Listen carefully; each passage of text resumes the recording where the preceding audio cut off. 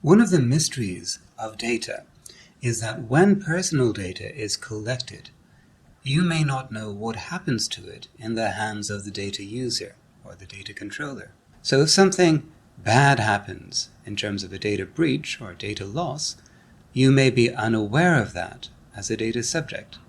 The way the law addresses that is in the data breach notification regime, and that's the subject of today's TDW Tech Bite.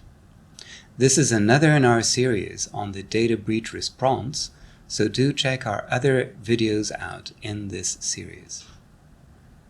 So let's take this step by step. First, what is a data breach? Well, this is something that is going to depend according to the legal system that you're involved or the system of regulation that you're under. But in general, a data breach is the unauthorized access, loss, use, processing, destruction, or alteration of data within an IT system. You can see from that it is much broader than simply an intentional act or like some hacking event or something similar of that nature. It can be something accidental.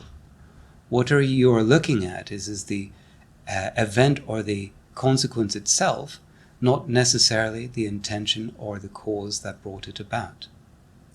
Are all data breaches notifiable?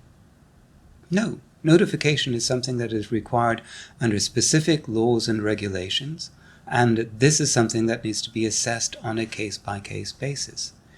Usually the measure is whether or not there is harm or a real risk of harm to the data subjects in question. In those situations, then a notification obligation may be triggered, but it could be triggered to a range of potential stakeholders in the regulatory community.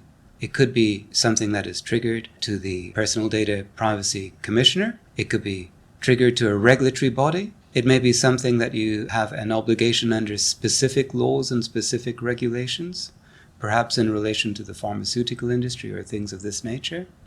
It may be something that you have a particular obligation to under contract because of a written contract that you've entered into. For instance, if you are a data processor and there's a data breach that occurs, quite likely you are going to have an obligation to notify the data controller or data user that has appointed you, and that will arise under the contract and in some jurisdictions also under law.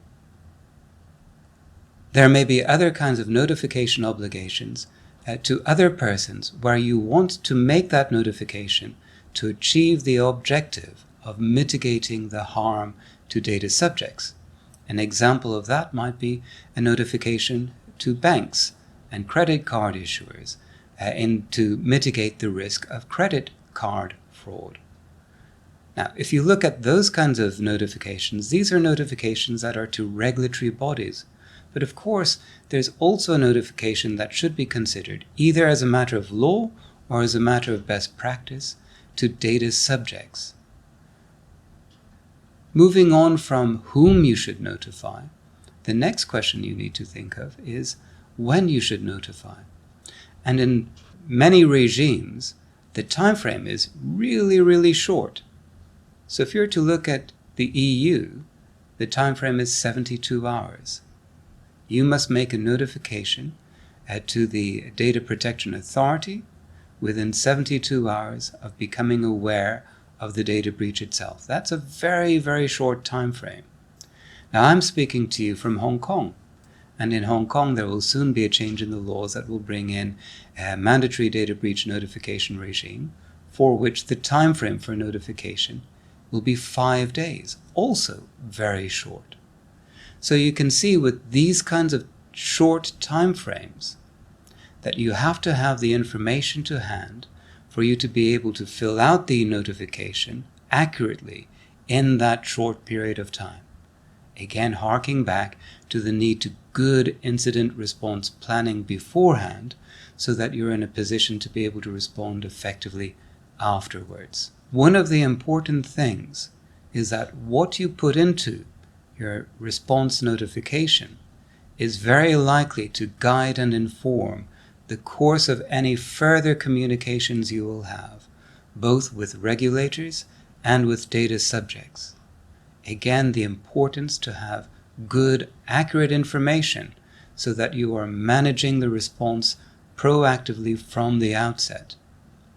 The kind of information that must be put into a data breach response notification includes a general description of a breach incident itself, an identification of the cause, a description of the type of data, quantity, sensitivity, location, of the data involved in the incident, the response that is being put in place to manage and mitigate the effects, and the remedial actions that are being taken in respect of data subjects in particular.